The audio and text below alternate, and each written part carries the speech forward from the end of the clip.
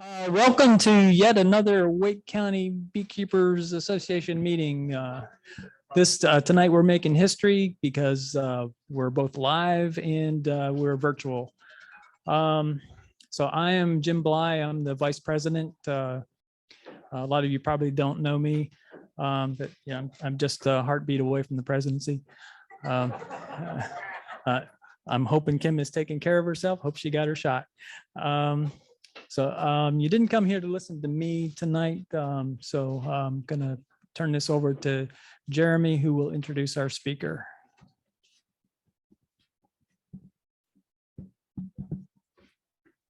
Oh, that's a bright light. I'm going to get it on my face there so I can see my phone. So Nancy, where'd you go? Oh, there she is. She's on a crutch here. You all right? You need to get your chair to sit while you're up here? Okay.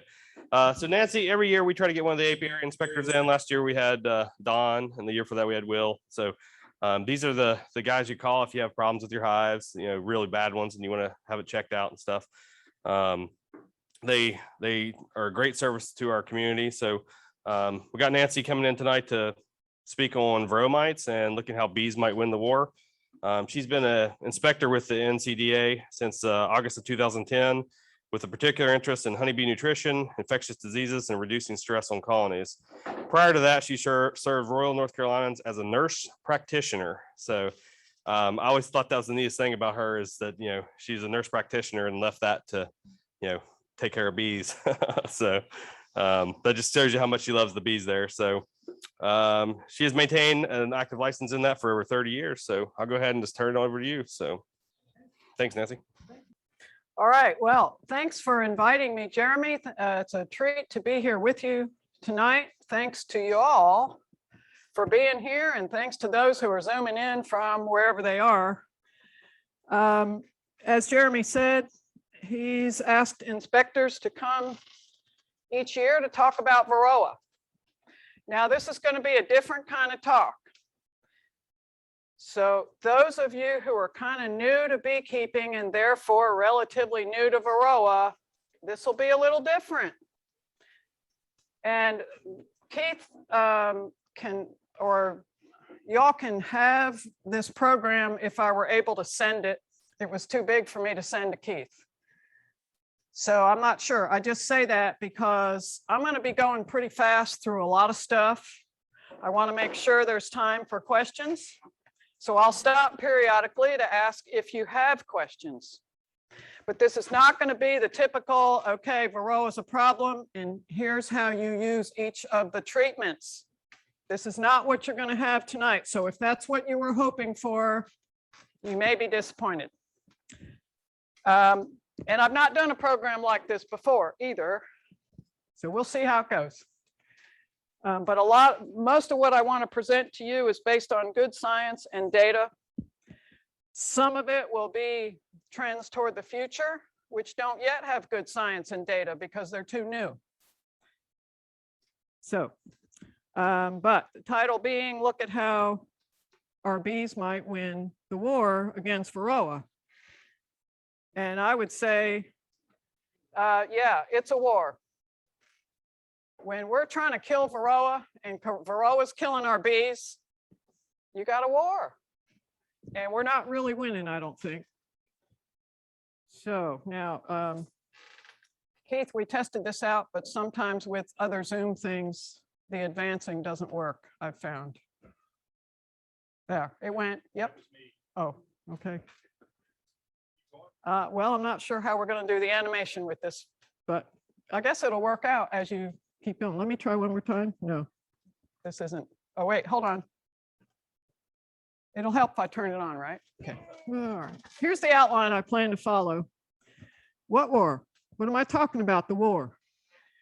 I want to review a little bit about where we've been, where we are, and where do we want to go? Because we're still at a time where we have a choice in which direction for the future and how Varroa will be managed. And we got to be honest with ourselves because it's going to take effort if we want to go in the long-term direction and still come out ahead. Basically, hive losses are often due either directly or indirectly to Varroa destructor. It's an evil parasite, one of the worst things that ever happened to beekeeping. This is going to be a challenge because it's not showing up here like it showed up at home. There's what it says behind those pictures is it's been a 30 to 40% hive loss most of the years between 2010 and 2020. According to the Bee and Foreign Partnership, which is one of the most reliable nationwide sources we have about hive losses. Now, would other industries or farmers accept a 30 to 40% loss? Would the poultry farmers just say, oh, well, I'll just get more chickens? Would the hog farmers say, oh, well, I'll just get more hogs? This is not sustainable and it's not acceptable to agriculture. And I'm sorry, these aren't all visible. I promise they were when I practiced this at home. So I think what it says there is, are our efforts against Varroa working? It depends on what you're doing, who you are, and where your apiary is. Now, some of the history I'll give pretty quick. A lot of you already know this. Varroa mites were first identified in the early 1900s in Indonesia. And they came to the United States in about 1987 through shipping and wiped out a lot of managed hives and most of the feral hives. Some of you, depending on your age, might remember when there were a lot of bee trees in the woods. And a lot of those got wiped out by Varroa in the 1980s and afterward. So lots of dead outs.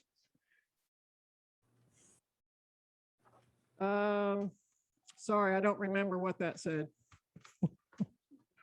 I think it said something about the fluvalinate was the first treatment approved in the United States for Varroa, and that was about 1990.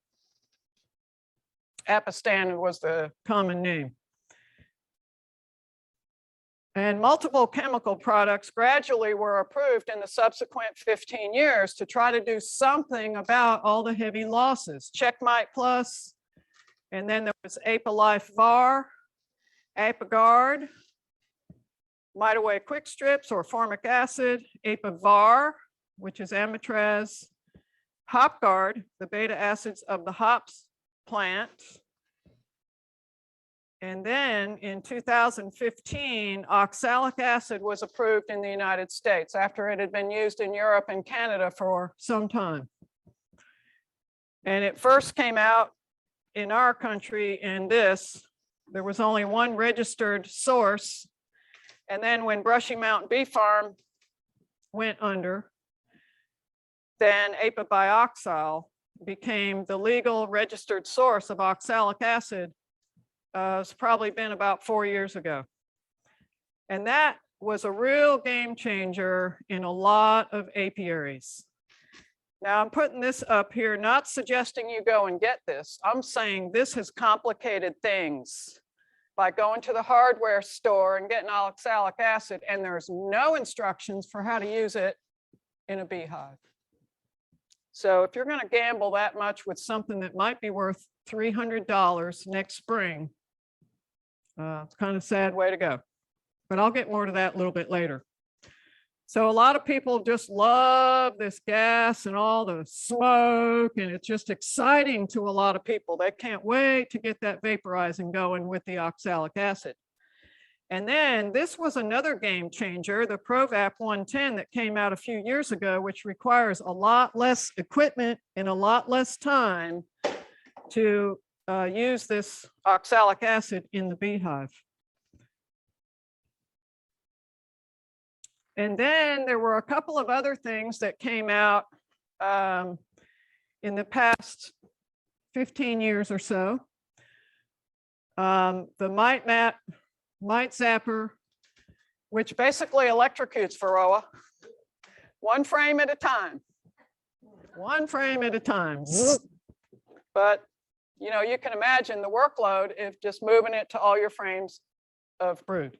And then you've also got to have an external power source. The Mighty Mite thermal system, some of you might be aware of, is a heating system that heats the hive up to 106 degrees Fahrenheit. That's enough temperature to kill all the Varroa. My observation is not all the Varroa and the bees stay in the hive while it's at 106 degrees. So nobody outside here is getting treated for Varroa. And it's got to have either a generator. Battery is not strong enough. So that becomes a problem out in the field. And there's not really good data for either of these. I'm not saying they're a waste of time or they're useless. I'm just saying we don't have the data. And so it's just other options. And then in 2014, this to me was one of the biggest bonuses in US beekeeping for the last 30 years was the development and appearance of the Honeybee Health Coalition. They came about because there was still so much Varroa loss. And so beekeeping researchers, commercial beekeepers, farmers, environmentalists, and statisticians got together to form this coalition to help us as beekeepers to have better survival rates in our hive. If you've not been to this website, I would highly recommend it, honeybeehealthcoalition.org. And they've got tools for Varroa management, a guide to sampling and treatments, very excellent, very full, download for free. They also have a series of videos that are very easy to watch. They're real accurate. And there is one for every type of approved Varroa treatment in this country that you can watch to show you how it works, how to use it. There's one on integrated pest management. First one there is about how bad Varroa is. This one is about how to sample, how to do alcohol wash and sugar roll tests. So I would strongly encourage, if you want accurate information, to go to the Honeybee Health Coalition website, and they do update their stuff every so often so that you can feel pretty good about that it's up to date and not old information.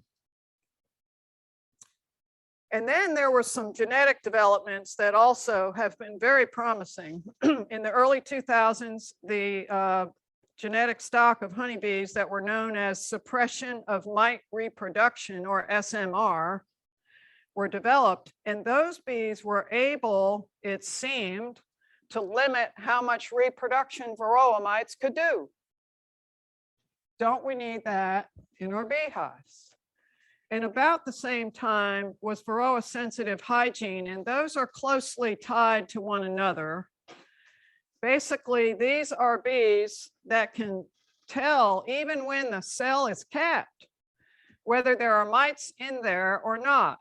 Letter A represents a foundress mite who was already pregnant when she went into the cell and started laying eggs. So here she is with her 2 young children. And as the time progresses, the Varroa sensitive hygienic bees, this is bred into them, can smell that through the capping, and they will uncap it and pull that bee out along with the foundress, or maybe not, but none of the children survive when that happens.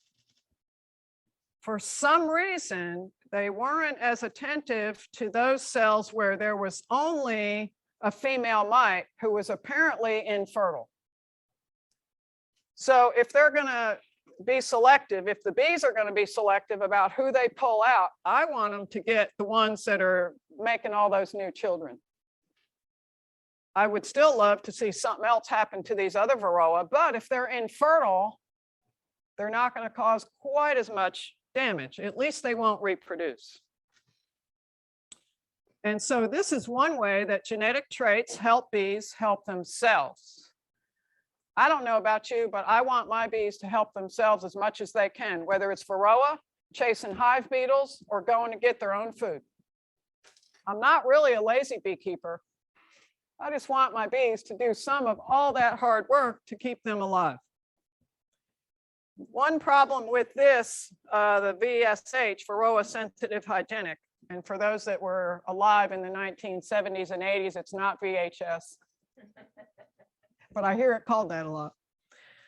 But it's a recessive gene. So even if you got the most hygienic queen ever, and you're raising daughters off of her, they've got some of those genetics, but if those daughters don't go out and mate with a bunch of drones who also have those genetics, you're really not getting very far. At least 51% of the drone partners of a hygienic queen who's mating also need to be hygienic. So the worker bees have that from both parents. And if they don't, that hygienic stuff is not going to come through as fully to the next generation. I'm saying all this because I really think this is still part of the future of us getting ahead of Varroa, is genetics. We just have to realize the difficulty of the recessive gene component. This is where you want to have your own drone building hives so that you got plenty of partners, good mating partners for the queens you want to raise off of that good stock. Then along came the ankle biters and the mite maulers. That was about 2011, 12, somewhere in that time. It was housed mainly up at Purdue University, and there was a consortium of people from multiple states who were interested in raising better queens that could handle Varroa. So in the process, they discovered lots of mite pieces on the bottom board. And the only conclusion they could draw was that the bees were attacking and chewing up the Varroa. These are actual pictures, and it's hard for you to see where you are, but several of these Varroa mites have some of their legs chewed off. And so that's why they called them ankle biters, because they would chew off the legs of the Varroa. And if you go online and you can find a video, it's a real short video, but it shows somebody putting a live Varroa mite on the top bar of a frame, and you can watch the bees attack it and chew it up. So that's also a very promising development. Another case where genetics help the bees to help themselves. But this is also a recessive gene. So got to have enough of that from mama queen and papa drone to have much of it come out in the offspring. So the ankle biters and mite maulers aren't yet widely available because they are still trying to tweak out how to make it consistent. And the difficulty of that being a recessive gene just makes it more complicated.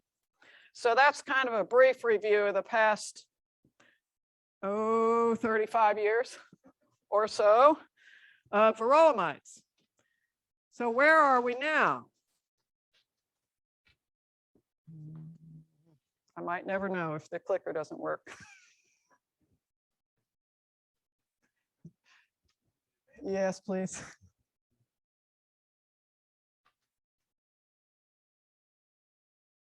Where are we? Thank you.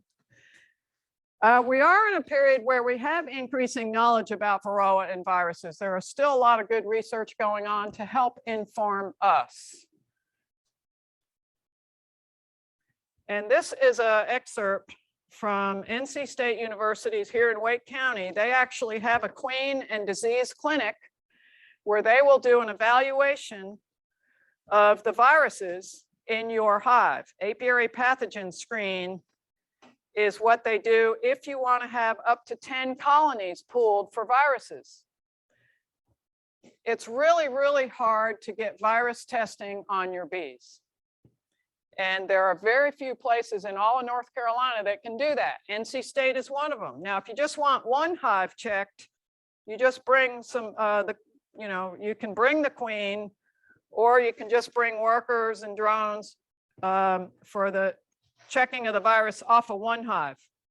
So to me, $55 might be worth it, especially if you use it in a way I'm going to review later. This is sort of for the future in using this virus testing to determine what you're going to do about Varroa. I'll get to that shortly. I know it's kind of, what are you talking about? But we also have multiple effective options to use against Varroa when used correctly. When used correctly. Now, why am I emphasizing that? because I go to a lot of apiaries and I see a lot of incorrect usage of products for Varroa. They might be the right product, but somebody either wasn't following the directions or didn't understand them. And that has caused us a lot of problems because the more incorrectly we use Varroa treatments, the tougher the Varroa are going to get.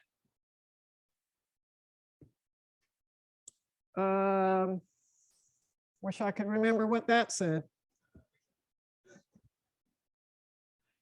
Something like, oh, thank you. Do our actions support the knowledge and tools at our disposal? Think about that. Do what we do really support the knowledge and the tools at our action? Because it's one thing to have the tools and to know what to do, but to actually do it right.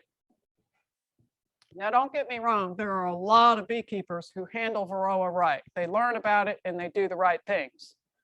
But that doesn't represent the vast majority of beekeeping as I see it. And what my inspector colleagues say is the same thing. So, integrated pest management is recommended as the primary method of mite management. And you've probably seen a triangle that looks similar to this, representing integrated pest management. You want to start with the less toxic stuff that's included in prevention, cultural methods, mechanical methods, and then you may get into the chemicals. The higher up you go on that triangle, the more toxicity could be involved and the more side effects. Putting treatment into a beehive is not a benign process, although people talk about it like it is. And I think that said something like, is this promoted strongly enough in beekeeping education? Think about it. If you went to beekeeping classes and there was discussion about Varroa, was there much emphasis on integrated pest management? Or was it more like, well, you got to put this in there, and there's another option, and went through the treatments. And that was what you mainly learned about managing Varroa. What kind of stuff can you put in the hive? It's not wrong to put things in the hive for Varroa. I don't want to be misunderstood. I'm just saying going to grab that chemical may not really be the best option right out of the gate. Now, if you're pressed for time, you just found out at the end of August that you got a serious Varroa mite problem, you don't have time to go through all the steps of integrated pest management. But we as beekeepers can serve our bees and each other better if we start integrated pest management principles in the spring of the year. Because it takes a while, but the long-term effect will really be rewarding for all of us as beekeepers. Do we follow label instructions?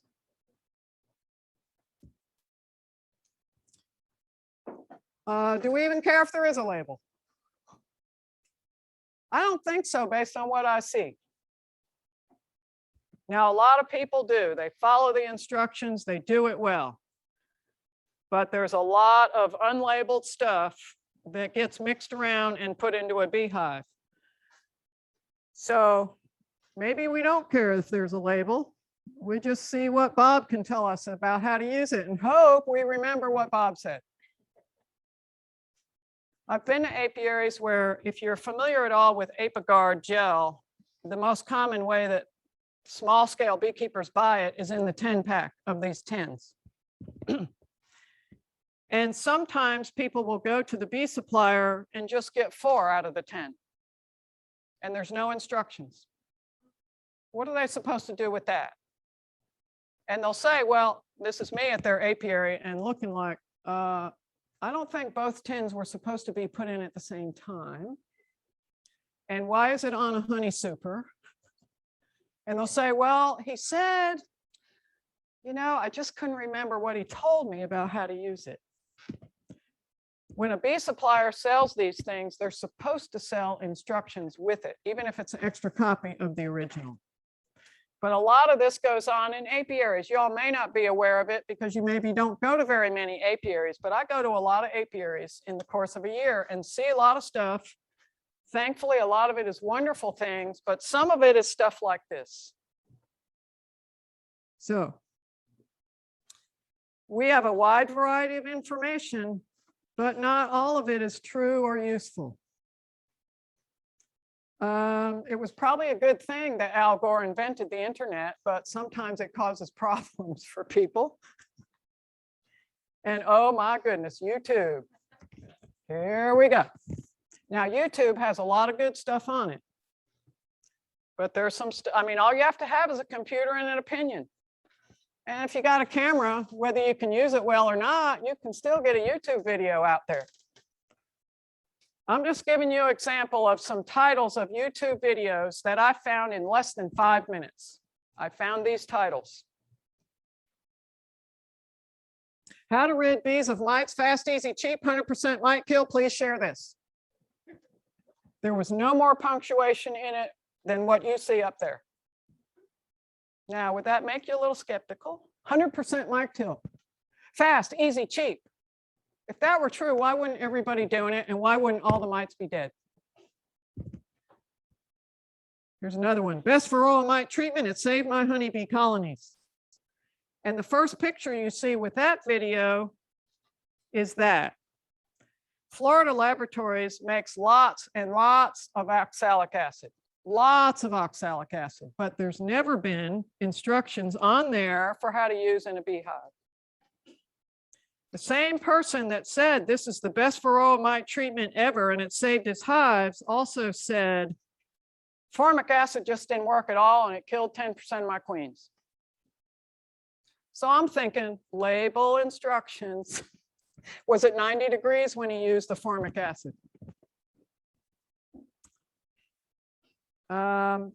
This is another title. And Keith, I so much appreciate your doctoring this up.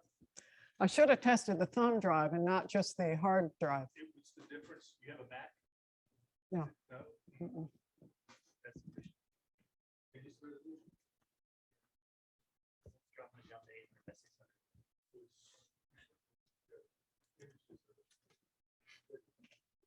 Here's another one, beekeeping for beginners. Treating Varroa mites with thyme oil and results. That's exactly how it said. And then it showed a picture of that. On that little bottle, do you think there's instructions on how to use it in a beehive? The internet is full of those things. And like I said, there are some really good YouTube videos about beekeeping. But a lot of people who are new to beekeeping don't know how to be selective of which one is really going to help them and which one is just a bunch of junk. And they don't know until they have failed their bees that they got the wrong video to follow. The preliminary results for this past year in the United States between April 2020, April 2021 from the Bee Informed Partnership, 45.5% hive losses in the United States. What do the chicken farmers say if there was 45% loss of the chickens? And also 70% or more of these losses are due directly or indirectly to Varroa. Think about the math. Now, I'm not a mathematician, so if I can think about it this way, I know all of you can. Even the youngest person here can probably figure this out. That means that Varroa is directly or indirectly killing more hives, twice as many more than everything else combined. Am I understanding the math right, or have I messed up the math? Tell me if I've messed it up. Varroa mites are killing more than twice as many hives as everything else combined. Foul brood, starvation. I've heard people talk about starvation, and I've heard a lot about it recently. Been to several apiaries recently where the bees starve to death. But Varroa kills more than all those other things. That's why we as inspector keep talking about Varroa, and people are so tired of it. But we want people to do better. So are we winning the war against Varroa? And those little things were to say, I don't think so. if all of what I've said here is true, and I didn't make these things up, sometimes we make stuff up, but if I'm going to make something up tonight, I'll tell you I'm making it up. So we're not winning the war. Now, this is what I'm saying about what we've been doing. A lot of people say Albert Einstein never said this, but whoever said it makes a lot of sense to me. One of the definitions of insanity is doing the same thing over and over again and expecting different results. So I would say we have to change direction about Varroa, but that's up to us as beekeepers. Where do we want to go? And we got to be honest and realistic about that. Should we keep hoping that new treatments will be developed? Should we see if we can locate a magic wand or fairy dust and just get rid of Varroa that way?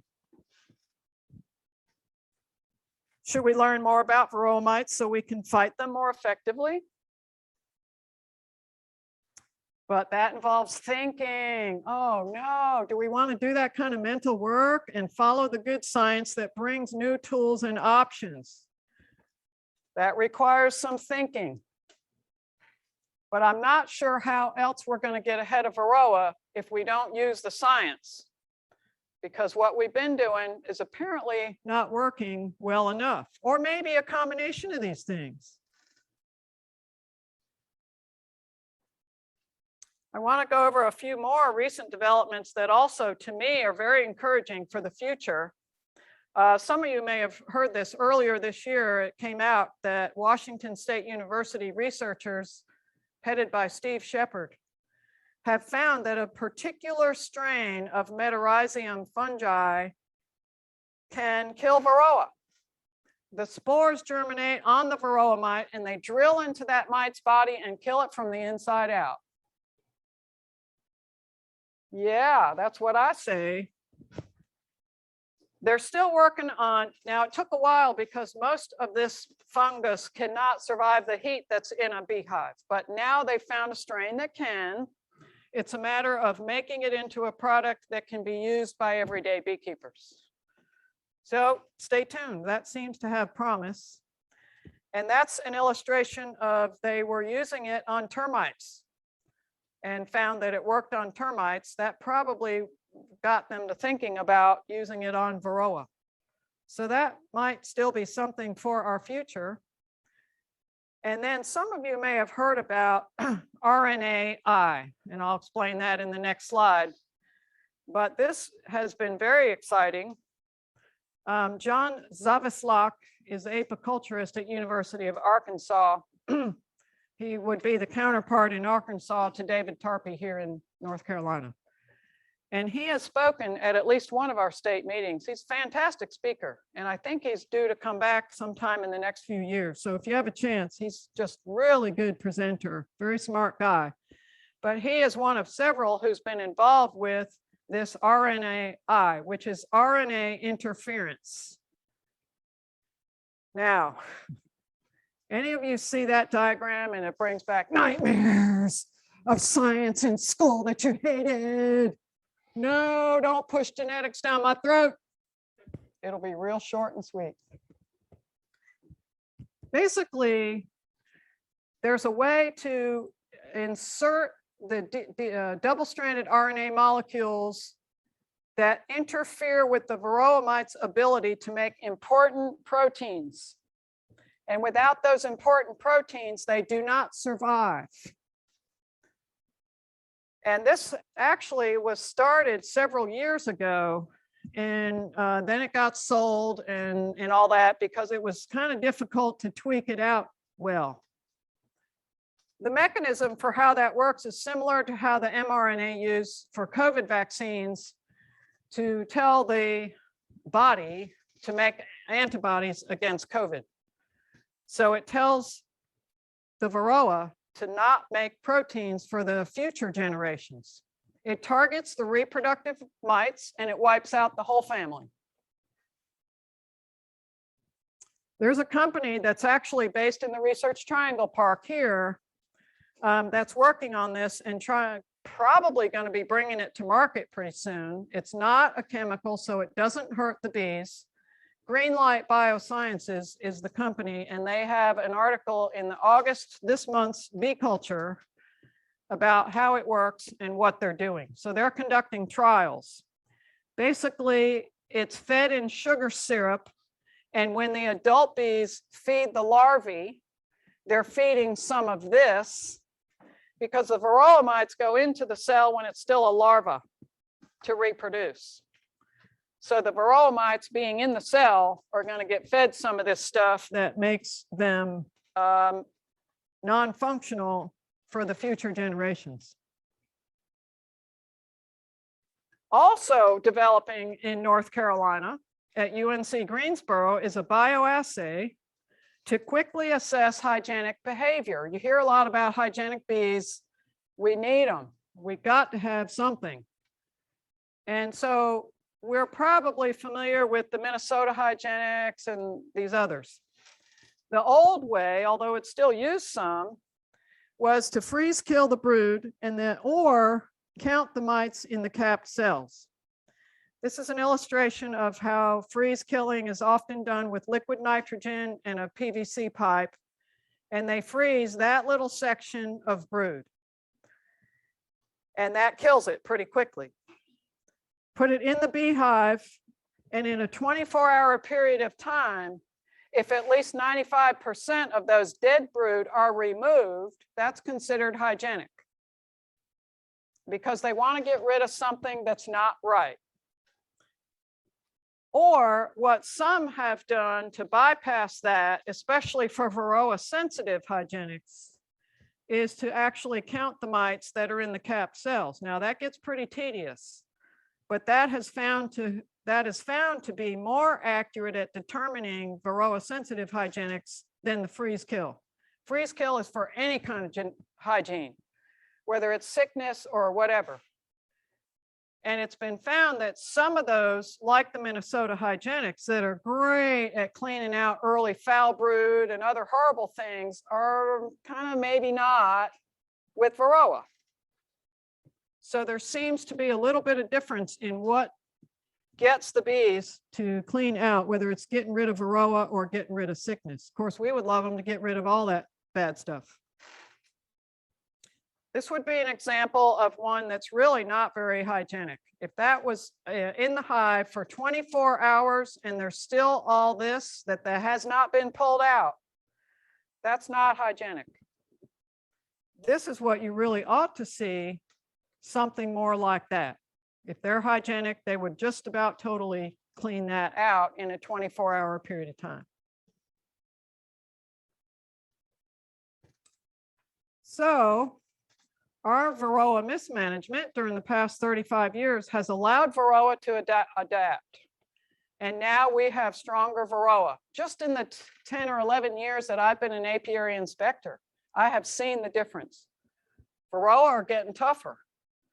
And some of the treatments aren't working quite as well as they used to. Can you imagine having something that big on your back gnawing at you? So can our bees adapt to Varroa? Varroa have adapted pretty quickly. Can our bees adapt? And can we help them to adapt? That's the part that is going to be different than what you've probably heard about before. Now, I am confident that that can work because in the parts of Asia where Varroa was first found, they have adapted to Varroa over decades. It's not something that happens overnight or even in a year. It takes time. But Varroa adapt a lot more quickly than honeybees. So that's part of the challenge. And one of the most commonly used adaptation methods for beehives is called the live and let die method. Bond, James Bond. But it was first used in Europe because they were tired of all the chemicals and they said, you know what, we're going to see what happens. And so they stopped in a section of Europe, and I don't even remember, to tell you the truth, exactly where, but they stopped using Varroa miticides, and about 85% of their colonies died. But they kept breeding from the survivors.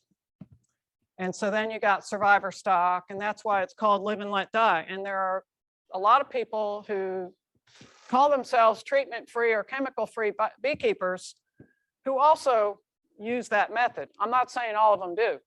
I'm just saying that's a common method, just breed from the survivors.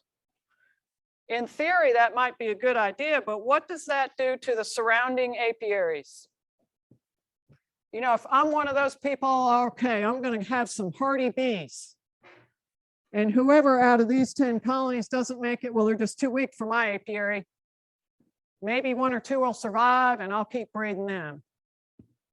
But I wasn't thinking about it's a recessive gene. Who are they going to breed with? And here, Paul has an apiary 1/2 mile from me. So what's going to happen to Paul's hives when mine are collapsing because Varroa is beating them up so bad? Varroa doesn't eat the honey. So Paul's bees, being the successful foragers they are, come on over to my apiary where the bees are too weak to defend themselves, and they go in there and grab lots of honey, and guess what happens? The Varroa mites say, whoa, we got a new host. Let's ride back home to Paul's apiary. So even if Paul did the right thing and had very low Varroa counts, but here a sorry bee haver like me is just unfortunately too close to his apiary, my sorry beekeeping causes problems for his hives. Maybe he had Varroa under control. He did his mite checks. It was September, late September, early October. Things are still looking good, but mine are crashing. And now the Varroa are starting to get back into his hives. And that's the way that works. Is that fair? No. There's a lot of life that isn't fair. But that regional concept is something, and the recessive genes, because those are the biggest challenges to us ever getting over this Varroa mess. What if we use science and logic to make Varroa management decisions? Oh, really? Ooh. Some of you may or may not be familiar with what an algorithm is. And I'm introducing this idea because I think we can use algorithms to strengthen our management techniques. And if you've heard somebody else go in this direction, let me know. I've never heard anybody else talk about using an algorithm for Varroa management. It may seem complicated, but just try to hang with me for a few minutes. Algorithms are decision-making processes, and they're used by most professionals. Sometimes they don't maybe call it that, but they come to decision-making. If this happens, then I'm going to do this. If it doesn't happen, then I'm going to do that. It illustrates and documents the conclusions and how the conclusions were reached. Because in a lot of professional worlds today, there are lawyers just waiting to sue somebody for lots of money. But if you got your ducks in a row and you document what you did, it's not going to be as easy to lose that lawsuit. And these are always based on factual input. So you got to have the real thing in the input to have useful output and results. So I'm going to show you a simple practical example of an algorithm. Some of you probably have teenagers or had teenagers at some point, and they say, can I go to the movies? Now, one of your options is just no, and that's the end of it. No, can't go. But another option might be, well, maybe. Do you have homework? Yes. Okay, well, can you get the homework finished in time? Yeah. Now, do you have money? And if all those are yeses, then go ahead to the movies. But if any point along that there's a no, there's potential that the movies won't be happening for that person. Except where, do you have homework? No. Well, then you go right to, do you have money? And if the answer is no, well, you're stuck, not going to the movies. But if you get past the first no, but you can't get your homework done, then you're at stop. Can't go any further. So that's just kind of how algorithms work. I'm going to give you another real quick example. And we'll talk about, this could be for anything, but I'll say, all right, why do I want to do this? Why do I want to control the Varroa mites in my hive, besides the fact that I've already spent $6,000 in the last 3 years on bees and stuff? I'm tired of losing bees and money. And if it doesn't work out this year, I am done, because I'll be out 10,000 by the end of this year. Why do I want to do Varroa control? Is it just for me? Don't do it. Well, maybe it's for others. Maybe it's for my bees and my beekeeping neighbors. All right. Will it likely end in disaster? Depends on who you are and what you do. If you watch enough YouTube videos, you can make your Varroa treatment end in disaster. So if it's going to likely end in disaster, well, maybe you shouldn't do it. But what if it doesn't? Will it make a good story? Beekeepers love good stories. But if it's a mite treatment and it maybe doesn't end in disaster, but it makes a good story, guess where that goes? Oh, maybe you shouldn't do it. Might be a bad example for other people. So anyway, that's just another example of an algorithm. Usually, if this happens, then I'm going to decide that. If it's not that and it's something else, then my decision goes this way. That's how algorithms work. So now this is an example of my bad technology and not knowing how to use stuff, but hopefully it'll still make sense to you. If we're going to adapt, our bees are going to adapt to Varroa, what if we use an algorithm to act on bee adaptation to Varroa? I can say this because I know bees have adapted in Asia, and there are bees in the United States, some right here in North Carolina, that have adapted to Varroa. It can happen if we let it happen. So let's say your algorithm says, okay, you're checking your mite counts and multiple times you get mite level of 2% or less. That's pretty good. Now there are people that they're not going above that 1% threshold. This is going to be a little different for those of you that are stuck on the 1% threshold. I'm not saying that's a bad idea. I just think it's a little too tight. And our bees are not likely to ever adapt if we're stuck on 1%, even when there's not virus sickness in the hive. If you see virus sickness, there's a chance it was brought in by Varroa, and then you have to lower your threshold. So if you typically use 2%, which is reasonable, the Honeybee Health Coalition has 2% during most of the year. But you're looking through that hive and you see several bees with deformed wings. First, I would recheck the Varroa level, because if you see quite a few bees with deformed wings, you probably got more than 2%. But let's say that you see the virus, well, you need to go down to 1%. Because a lot of the Varroa that are coming in are more dangerous than the Varroa that are not bringing in viruses. Varroa mites are bad enough, but when they bring viruses into the hive also, that's a dead hive waiting to happen. So let's say on multiple occasions, you had mite level of 2% or less. Okay, well, this arrow going to the left represents, yes, you had 2% or less on multiple occasions. So that might be one. You would breed queens and have drone rearing hives because their genetics are probably working favorably against Varroa.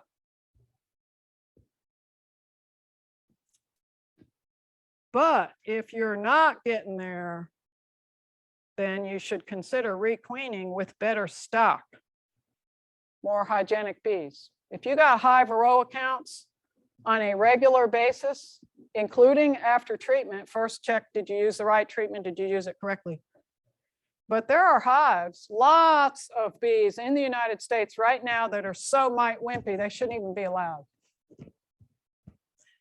I would suggest to you, and I could probably get in trouble for this, but I'm going to say it. majority of the bees that come into North Carolina every March and April are mite wimpy. Just saying. They're drug dependent because they're getting treatments pretty regularly in the home apiary that raised them. And if you put them in your yard and you're not treating for 6 or 8 months, they might be in trouble. So these you could probably get by with no treatment. Now that's scary to way many people. There are so many people that even with low mite levels, they're pressured into treating anyway. And there's no science that says that's necessary. If you're at or below the threshold, there's no science that says, well, you should go ahead and treat anyway, just in case. Now I'm talking about mid-October or later. If you're at or below the threshold in June or July, that's great, but you need to keep checking because you're not done. And the Varroa aren't either.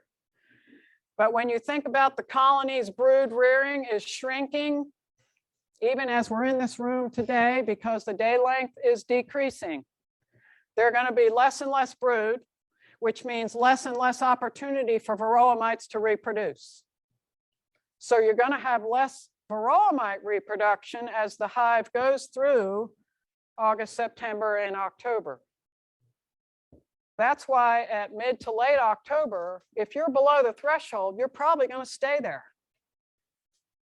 Unless on a whim or a plan, you decide you're moving all your hives to South Georgia or Florida, where they can keep on brooding up and so can the mites.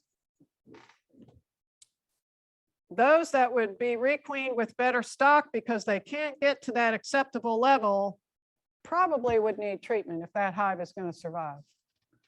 So don't misunderstand me thinking I'm saying you should not treat. That is not what I'm saying. We just got to be smarter about how we manage this.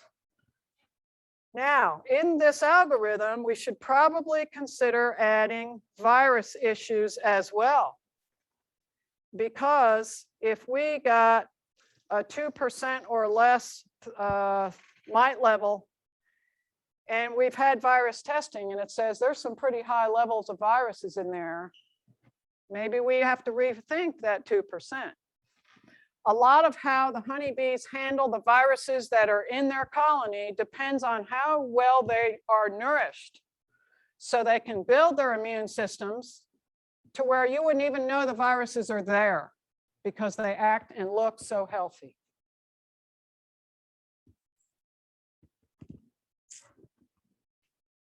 Can we help push bees to adapt to Varroa without death by neglect risk? This is tough. It's tough, but it's doable in some situations. Exposure to challenges often results in adaptation. For those of you that have children, no matter how old they are now, when they were young and toddlers, you kind of wanted them, go ahead and get chicken pox and get all these virus things so that when you start kindergarten, you're not home every other day with some snotty nose or something.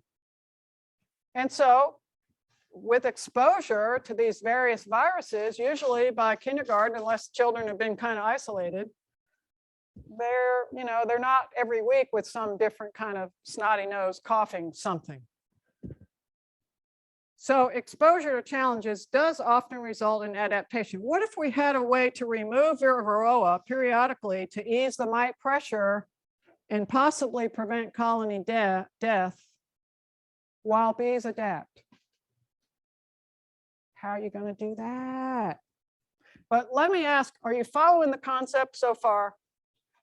If you're able to get enough Varroa out of the hive so that there's some still in there and the bees can adapt to it, but there's not so many Varroa that it's going to just wipe them out.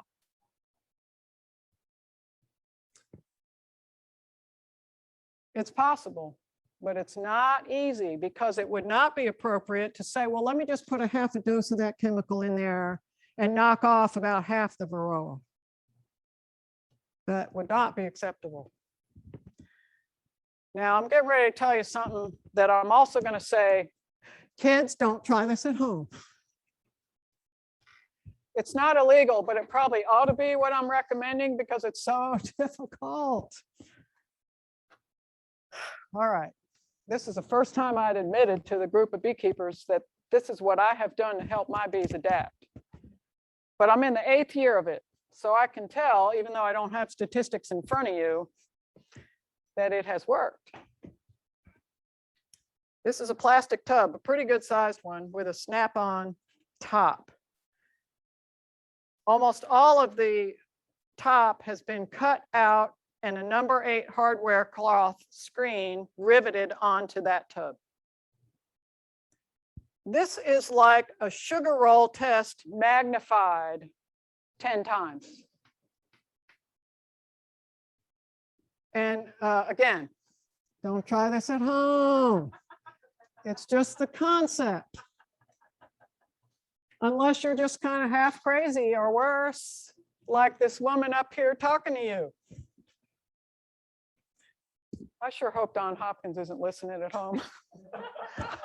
I might have to look for another job. Good thing I still have my nursing license. Okay.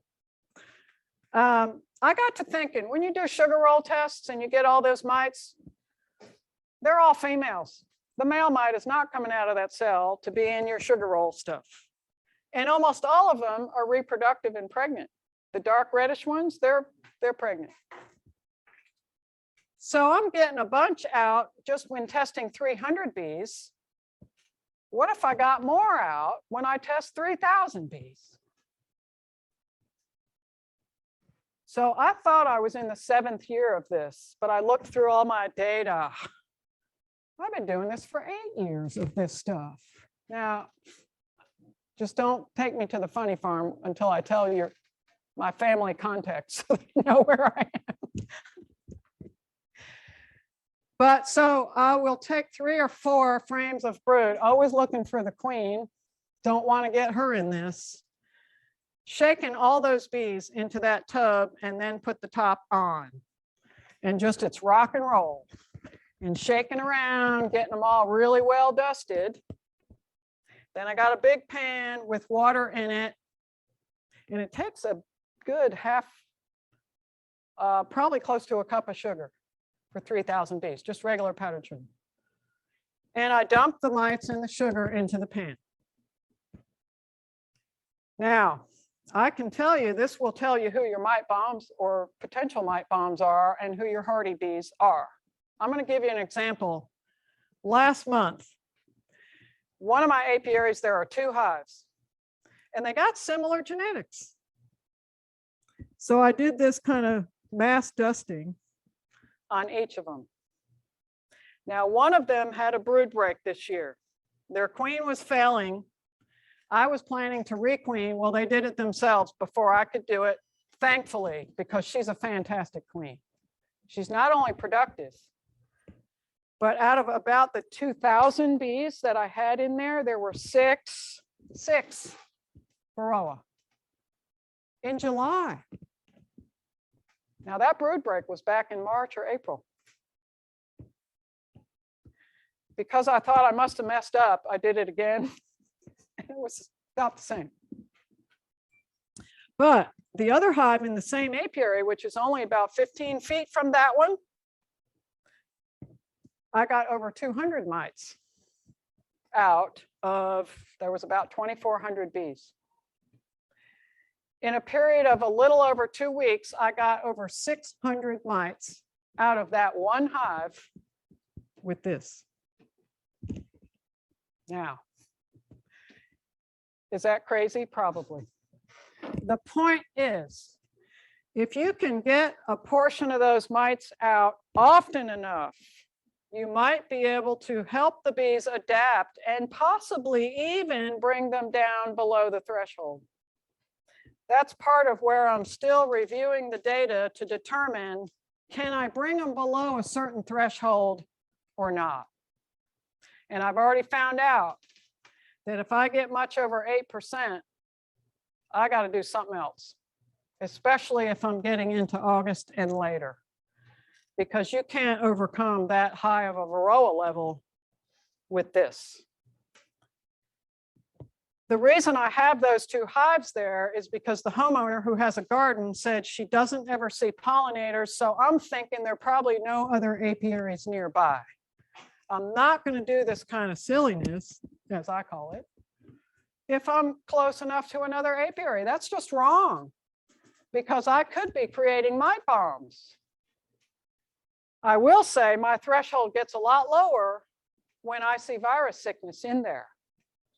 But I've had some of these. Oh, I'll tell you that the same one that had 600 mites taken out by this sugar dusting in a period of a little over 2 weeks had no sickness. And the first thing, 12% Varroa load. That is so unacceptable. And why they didn't look sick was just a miracle to me. And the next time it was a little lower, and the next time a little lower. Now, if I see sickness next time I go to that hive, this is over. And I'm going to plan B. I'm not saying, gee, that's what y'all ought to do. Let me tell you where you can get a tub. I'm just saying, if we had a way to get some of the Varroa out of there to help the bees adapt, this to me is diagnostic and therapeutic. Even though I'm sort of guesstimating, I'm sort of knowing this is a Varroa problem, or no, I only got 6 out of that 2,000 or so bees. But it's also therapeutic in my little brain because I've gotten a whole lot of Varroa out of the hive that cannot ever reproduce because I dump them way far away and I stomp on them if there's a lot of them. So this is a radical idea, and I hope I don't get fired over it, but I'm just saying, if you were able to come up with some other way until we have more of those bees that groom the Varroa off their sisters, they'll get rid of them, but we don't have enough of those bees. So where do we want to go? Do we want to stay on the current path? Stronger mites, stronger chemicals, hive death, maybe. I'm just saying that to me would be insanity. We got to come up with a different plan. Use more tools at our disposal and use them correctly. That might be a good idea. In fact, if all the people in the last 30 years who had managed Varroa mites in their hive had done so correctly, I wouldn't even be talking about Varroa today. We'd be saying, gee, I sure hated Varroa back then. But we got Varroa and they're tough and we're not quite doing what we need to do. So these are some tools that we ought to think about using. IPM, genetics on a regional level, monitoring mites, bioassays, algorithm. I don't know if I'm going to get, I don't think I have another slide to further explain regional level. I've sort of explained some of it, but what I'm saying is if you can just use your imagination, because right now that's the only place you're going to find this in the United States, that there's a whole big region of Wake County where every beekeeper has hygienic bees, every one of them. Then all those daughter queens are going to be mating with hygienic drones. You're not going to be stepping backwards into mite wimpiness unless somebody else moves into the neighborhood with some of those mite wimpy bees. And then that just throws the whole plan askew. Because most of us are not going to do instrumental insemination with the little tiny stuff and all those expensive tools to try to get the best drone material for our queens. We just kind of have to use open mating. And we always hope the choices are good, but maybe not. So because of recessive genes, hygienics, and the mite bomb principles, we have to act in large numbers in order to make progress. We can't, Paul can't let bee havers like me bring mite bombs into the neighborhood and cause his bees to suffer. And if we want widespread hygienic bees, we've got to do it in a widespread level. I would suggest to you, if you're not part of the solution, you're part of the problem. What? If you're not part of the solution, you are the problem. Oh my gosh, did she really say she needs to be fired for saying stuff like that in public? I'm just saying what a lot of other people are thinking. Because y'all probably want to hear the truth, and I'm here to tell it. There are a lot of good resources at the end here. That was one of the reasons I was suggesting if I could send this to somebody and you all wanted to have time to look through these 3 pages of resources. Most of them are from this year or very recently about the stuff that I was telling you about that might seem radical and crazy. Now, nobody's talked about that mass dusting. You know, they'd probably be fired. But I still have a nursing license. So this is just a lot of it about Varroa, more about Varroa, and about some of the research development, some of the things I've been telling you about, and then various websites there that one of the best articles I've ever seen is this one, Changes in Honeybee Resistance Mechanisms and Mite Reproductive Strategies, that tells how quickly mites adapt and how easy it is for them to become resistant to the treatments that we use if we're not careful about how we do it. So I have a feeling I've used a whole lot more time than I was supposed to. And I apologize because y'all's time is important. And I thought I would stop and ask questions at some point, but I just didn't think about it, just kept on rolling. So if we have time, I'll solicit questions, but if I was too far over and we don't have time, I'll let you decide, Jim.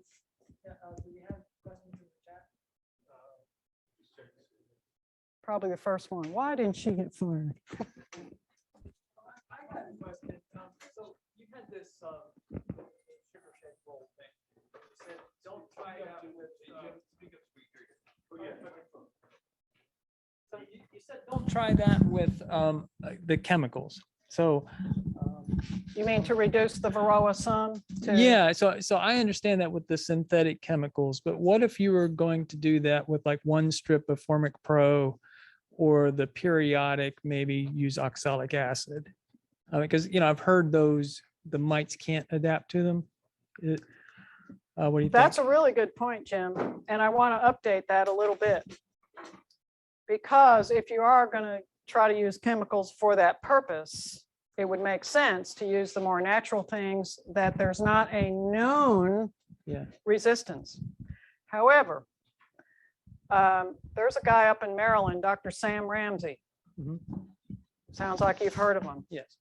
He has said, now he's a smart guy. He's really young, but he's a smart guy. And he made a good point in saying, if we use enough of the same chemical, even if it's formic acid or oxalic acid or anything, if the mites see it enough, the ones that don't die are going to breed resistant children. So then you end up having the potential for resistance.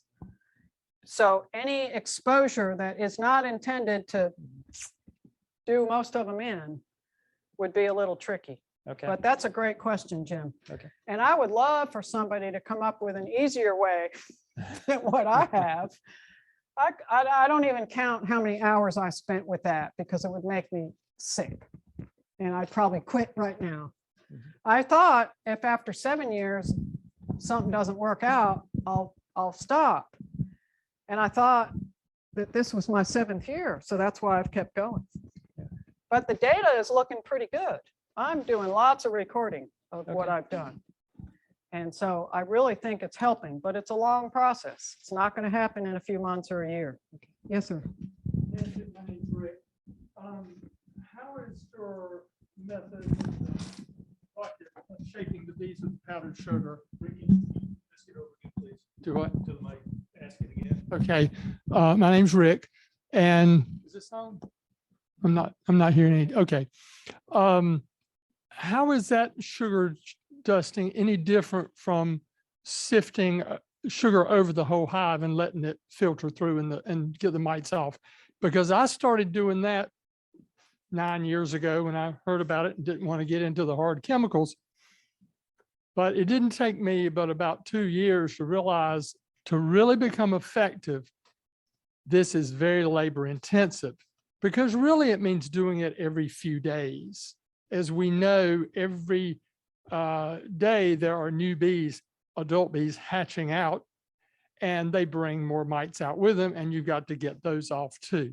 So really you're doing the same thing, is that you're just taking a sample of the bees out of the hive, dusting, say 3,000 bees, whereas I would just be dusting the whole hive, and maybe the mites on 3,000 bees were falling off. So am I right in that thinking? So the only thing I say you're crazy in doing is the labor, because it's a lot Thank of you, labor. Rick. You're a very gracious person. Yes. That's the only thing Yeah. you'd say I'm crazy about. Yeah. Well, there's a lot of people that have used that method. They'll get a flour sifter over the hive. I actually took a frame and put a window screen on it, dump the sugar on it, take my brush and brush across it, and then that is on the top bars. Then I just brush it up there.